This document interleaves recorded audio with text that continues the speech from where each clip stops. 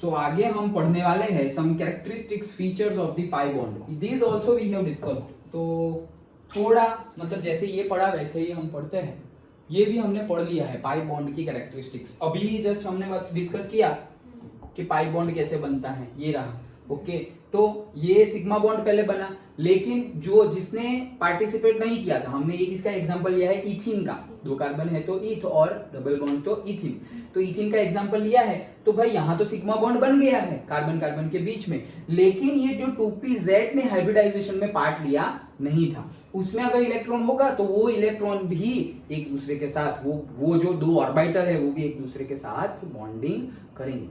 याद है ना, वो सब डिस्कस किया था, दोनों में इलेक्ट्रॉन ही है फिर भी ऑर्बिटल के बीच में बॉन्डिंग हो जाएगा, और उसको ही हमने नाम दिया था पाई बॉन्ड। डन। और पाई बॉन्ड ज्यादा स्ट्रॉन्गर होता है या सिग्मा? सिग्मा। ओके चलो करें।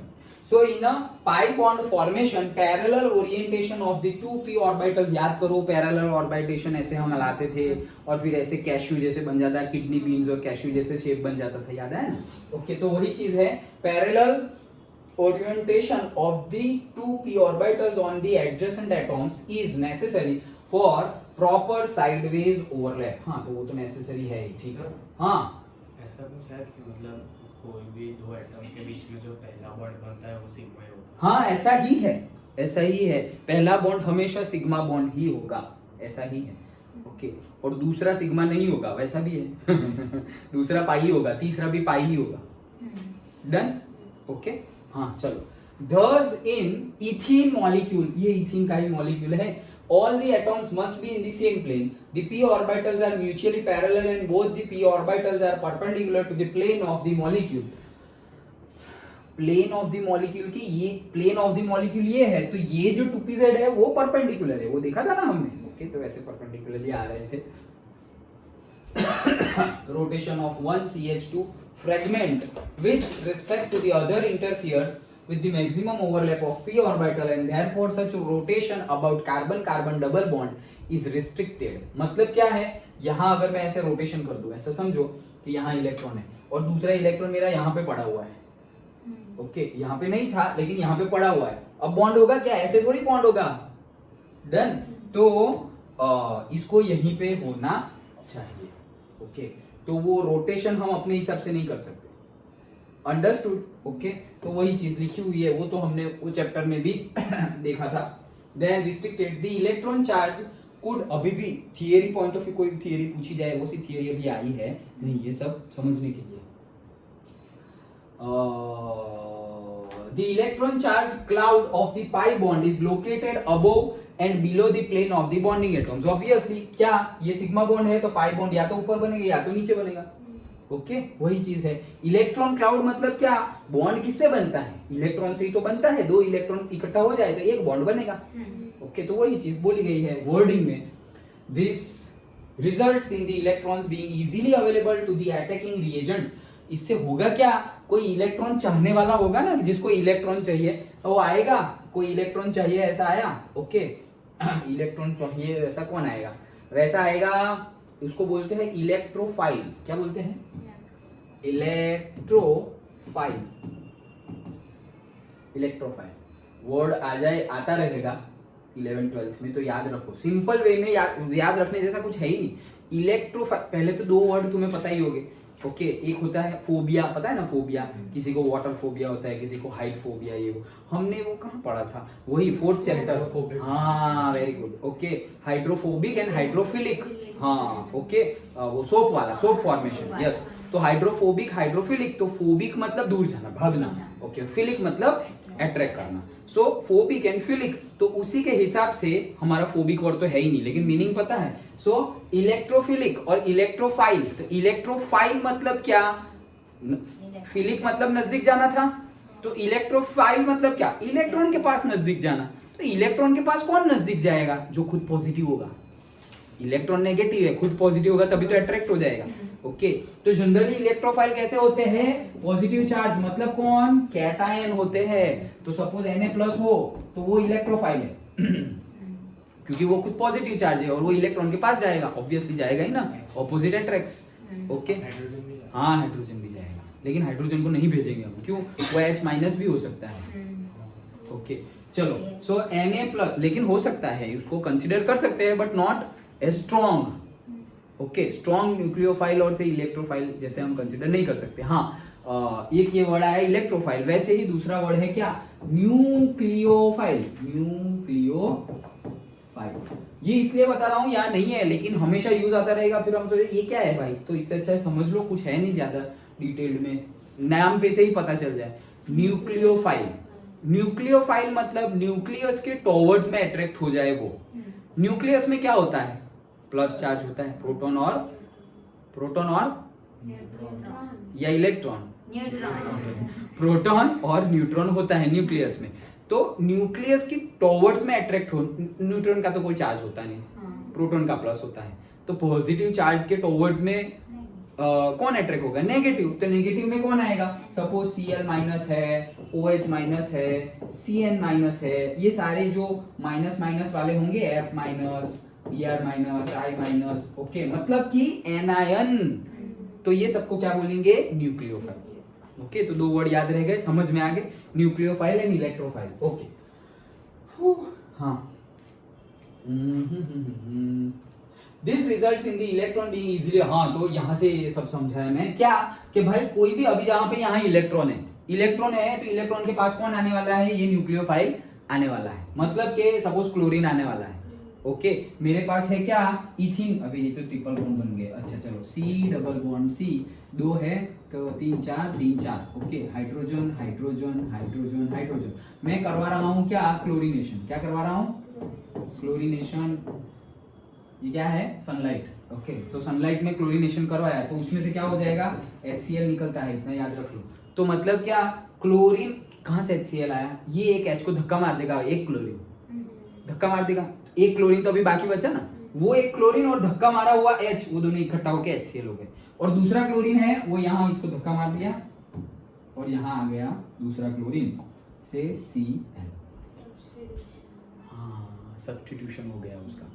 और you can also use the word displacement, displace हो गया ना, उसकी लोकेशन चेंज कर दी। लेकिन ये भाई साहब अगर बोले अपन जाने वाले नहीं है, ये बोलेंगे मैं नहीं जाऊंगा, ऐसा भी बोल सकता है वो। ओके, तो क्या होगा?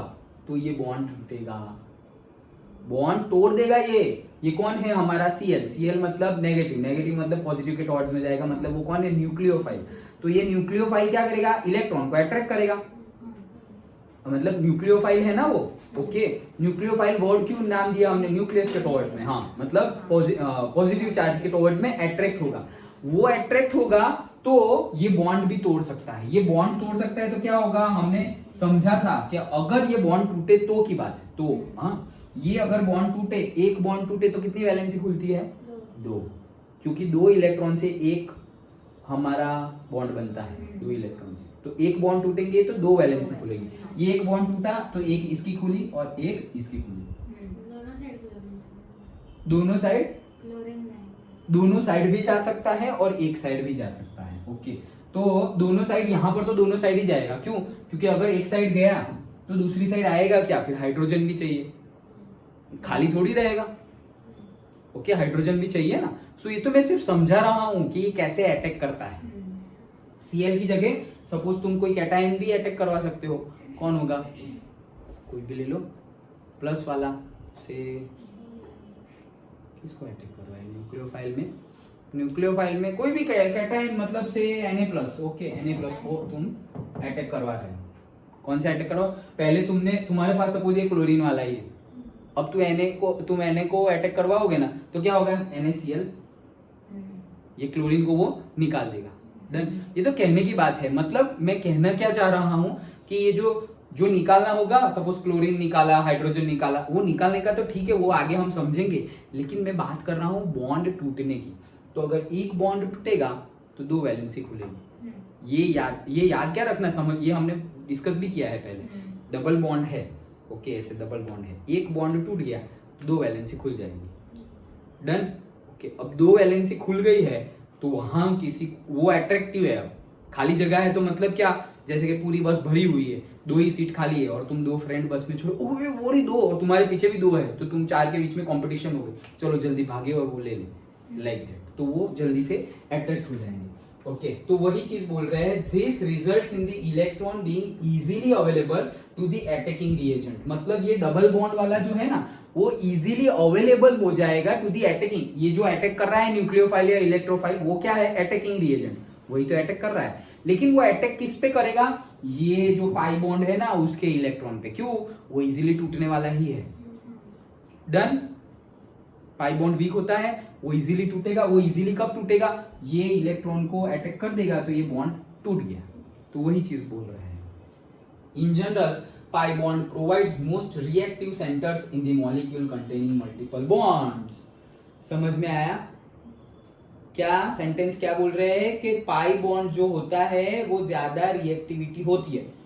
ये क्या बात हुई, अरे वही बात हुई ना, इनडायरेक्टली बोल रहे हैं। क्या बोला अभी हमने, सब कुछ क्लीन, क्या बोला हमने कि भाई डबल बॉन्ड भी होता है, ये सिंगल बॉन्ड है, ये डबल बॉन्ड है। डबल बॉन्ड ये कौन सा है, सिग्मा, ये कौन सा है, सिग्मा, और ये कौन सा है, पाई।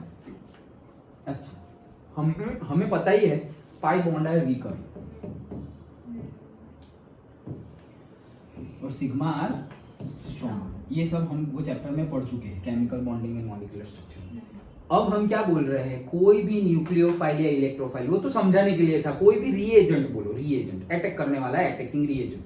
कोई भी अटैकिंग रिएजेंट जब अटैक करेगा तो कहाँ करेगा, कोई भी अटैक करता है तो कहाँ करता है, वीक जगह पे ही अटैक करेगा। अगर कोई स्ट्रॉन्ग जगह पे अटैक कर रहा है मतलब उसको युद्ध के नियम नहीं पता। ओके, स्ट्रॉन्ग पे थोड़ी अटैक करना होता है, वीक पे अटैक करना होता है।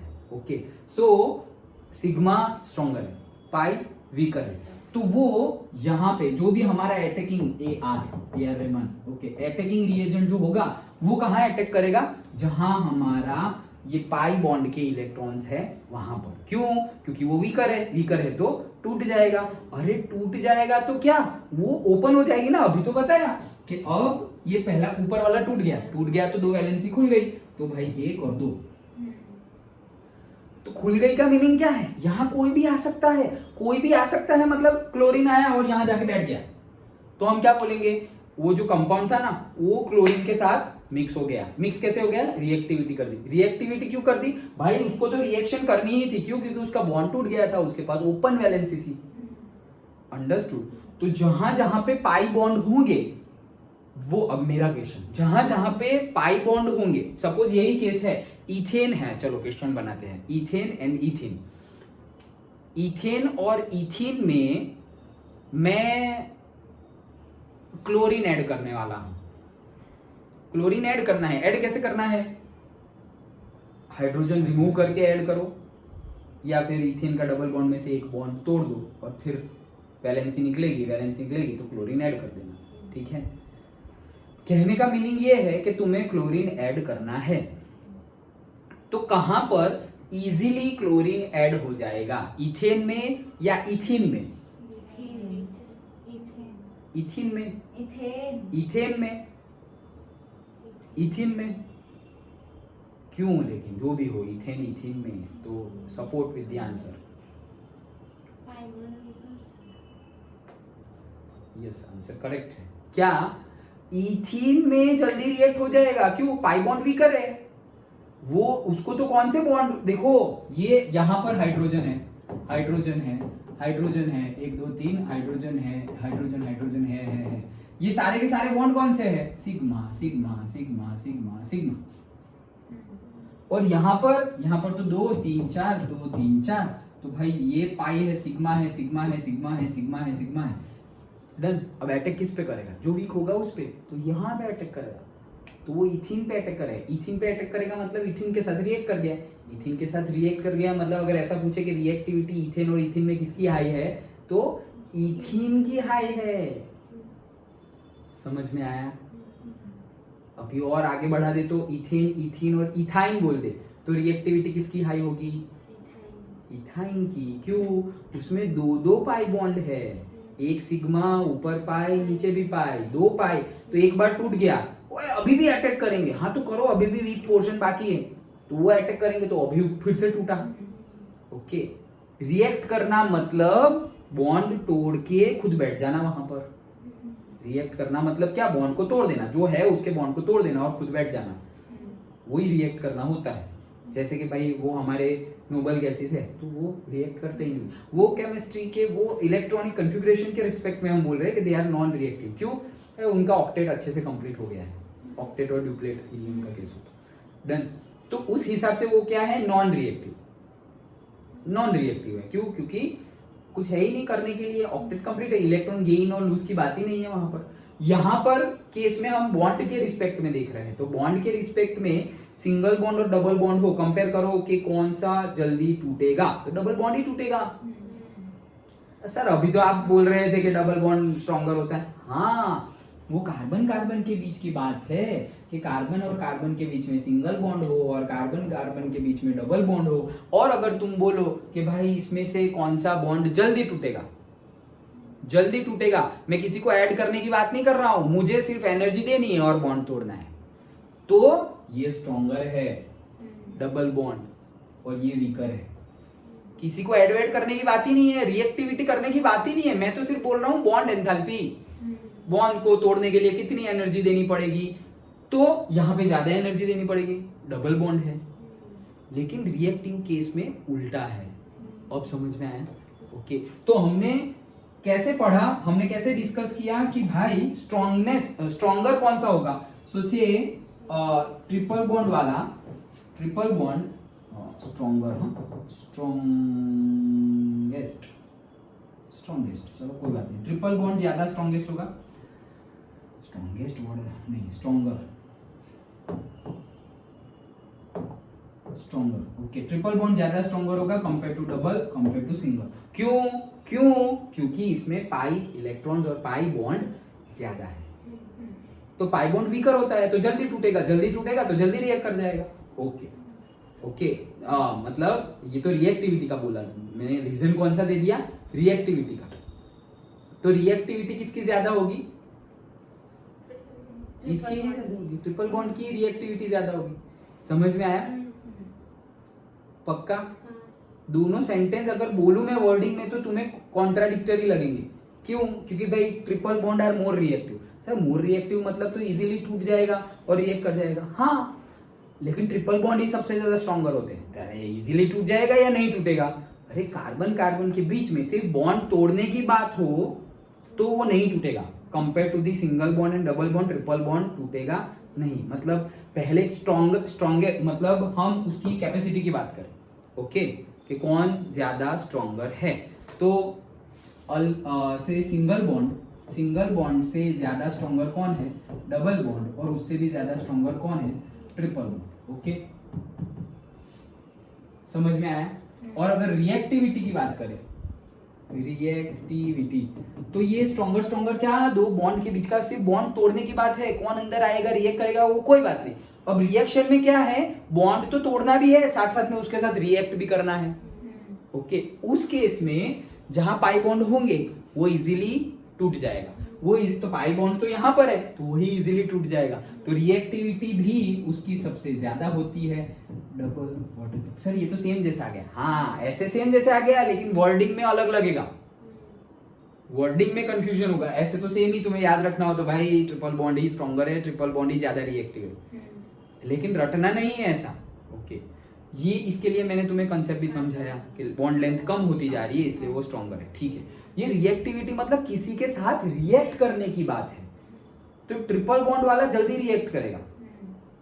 क्यों? क्योंकि वो जल्दी टूटता है। सर अभी आप बोले वो जल्दी टूटता नहीं है, वो कब, जब दो कार्बन कार्बन के बीच के बॉन्ड तोड़ने की बात हो, रिएक्टिविटी की बात ना हो तब की बात है। समझ में आया? दोनों को मिक्स मत कर देना, मिक्स करोगे तो कॉन्ट्राडिक्शन ही हो जाएगा। अंडरस्टूड? रिएक्टिविटी की बात हो तो ट्रिपल बॉन्ड तोड़ना इजी है, लेकिन रिएक्टिविटी की बात ना हो, सिर्फ बॉन्ड तोड़ने की बात हो तो ट्रिपल बॉन्ड तोड़ना टफ है। अंडरस्टूड? समझ में आ गया? क्यों? लेकिन ये तो हो गया सेंटेंस, लेकिन क्यों वो भी समझ में आया? क्यों का रीजन क्या है यहाँ पे, ये क्यों किसी को, अच्छा क्यों, ये क्यों का आंसर इसके लिए क्या है, राइट पेन लाओ, क्यों का आंसर, अरे राइट पेन लाओ, क्यों का आंसर इसके लिए क्या है, इसके लिए क्यों का आंसर है स्ट्रॉन्गर क्यों होता है, बॉन्ड लेंथ। बॉन्ड लेंथ क्या हो गई है उसकी, छोटी हो गई है, इसलिए वो स्ट्रॉन्गर है। याद आया ना? और ये क्यू का आंसर इसके लिए क्या है कि क्यू ज्यादा रिएक्टिव है, पाई बॉन्ड है इसलिए, और वो वीकर होते हैं। तो ये रीजन है। सेंटेंस तो हमने पढ़ लिया कि भाई स्ट्रॉन्गर होते हैं से ट्रिपल बॉन्ड और मोर रिएक्टिव होते हैं ट्रिपल बॉन्ड, वो तो सेंटेंस है, वो समझे हम। लेकिन क्यों क्या है? बॉन्ड लेंथ यहाँ पे सिंगल बॉन्ड की कंपेयर में डबल बॉन्ड की बॉन्ड लेंथ कम हो जाती है, डबल बॉन्ड की कंपेयर में ट्रिपल बॉन्ड की बॉन्ड लेंथ और कम हो जाती है, तो तोड़ना मुश्किल हो जाएगा। तो वही लिखा है, तोड़ना मुश्किल हो जाएगा मतलब स्ट्रॉन्गर है। और पाई, अभी यहाँ पर क्यों क्या है, रीजन क्या है? पाई बॉन्ड जो होता है वो वीकर होता है compare to the sigma bond. तो पाई बॉन्ड तो अल्काइन में मतलब ट्रिपल बॉन्ड में तो दो होते हैं, और डबल अल्कीन में 2 होते हैं, पाई 1 होता है, और मतलब पाई बॉन्ड 1 होता है, और अल्कीन में पाई बॉन्ड होता ही नहीं है। तो ज्यादा इजीली कौन किसे तोड़ पाएंगे? ट्रिपल बॉन्ड को तोड़ पाएंगे, तो वही रिएक्ट करेगा। तो रिएक्टिविटी उसकी सबसे ज्यादा, इसकी कम, और उसकी सबसे कम। बोलो सर अगर 3 पाई बॉन्ड को तोड़ना है, क्या क्या क्या? 3 पाई बॉन्ड को तोड़ना है और 1 सिग्मा 3 पाई बॉन्ड होंगे कैसे? लेकिन नहीं, जस्ट एग्जांपल के लिए पूछ रहा हूँ। लेकिन मतलब हाँ ठीक है, उसके पे आता हूं मैं, लेकिन प्रैक्टिकली 3 पाई बॉन्ड होंगे नहीं। क्यों? क्योंकि 3 पाई बॉन्ड होंगे तो 1 सिग्मा होगा, 1 सिग्मा होगा तो चारों 4 बॉन्ड तुमने वहीं बना लिए, तो फिर दूसरा जुड़ेगा कहाँ पे? सपोज, इसलिए तो हमने उस दिन डिस्कस किया था कार्बन कार्बन के बीच में 4 बॉन्ड अनस्टेबल सिचुएशंस है। ओके हाँ बोलो, फिर अगर हो तो भी बात करते हैं। हाँ, और 1 सिग्मा हो, मतलब टोटल 4 हाँ, 4 बॉन्ड है। अलग मतलब तोड़ना है, 1 सिग्मा का तोड़ना है और 3 पाई अच्छा, 1 सिग्मा को तोड़ना है और 3 पाई बॉन्ड है। उनको तोड़ना पाई बॉन्ड है मतलब पाई बॉन्ड के साथ 1 सिग्मा तो होगा ही, 2 एटॉम के बीच में पहला तो सिग्मा ही बनेगा। फिर भी हम कंसीडर नहीं कर रहे तो मतलब सिग्मा को कंसीडर ही नहीं, मतलब देखो मैं ऐसा बोल रहा हूँ, यहाँ पे सपोज 3 बॉन्ड है, लेकिन इसके साथ कभी भी 3 बॉन्ड, पाई बॉन्ड कब बनेगा? सिग्मा होगा तो इसमें, हाँ, लेकिन 1 सिग्मा है इसमें या नहीं है? तीनों के 3 पाई है, हम कंसीडर नहीं कर रहे हैं ऐसा। कंसीडर नहीं कर रहे। अच्छा ठीक है, और 1 पाई 1 सिग्मा। तो इन तीनों को तोड़ना इजी होगा या इसको अकेले को तोड़ना easy सोचो होगा? कौन सा इजी? इन दोनों करेक्ट, वो तीनों को। पाई बॉन्ड वीकर है ना? तो फिर सर 1 सिग्मा को तोड़ना ये स्ट्रॉन्गर कैसे हुआ? ये कौन? तीनों। ये हाँ, बॉन्ड लेंथ की वजह से। बॉन्ड लेंथ उसकी छोटी है, इसकी बॉन्ड लेंथ हमने देखी थी ना 154 पिकोमीटर, ये होती है 134 अराउंड, हाँ अप्रॉक्स, मुझे एग्जैक्ट याद नहीं, ये 124 पिकोमीटर, तो ये 120 एकदम छोटी है, तो तोड़ना मुश्किल है। समझ में आया? इसलिए तो रीजन मैंने लिख दिए, लेकिन मुझे ये मतलब इजी ये हो जाएगा। क्यों? क्योंकि हम बॉन्ड तोड़ने की बात चल रही है रिएक्टिविटी के केस में। रिएक्टिविटी के केस में बॉन्ड तोड़ने की अगर बात चल रही है, तो रिएक्टिविटी के केस में, हाँ, अगर ये कार्बन कार्बन के बीच में है और ये भी कार्बन कार्बन के बीच में है, तो कौन सा स्ट्रॉन्गर?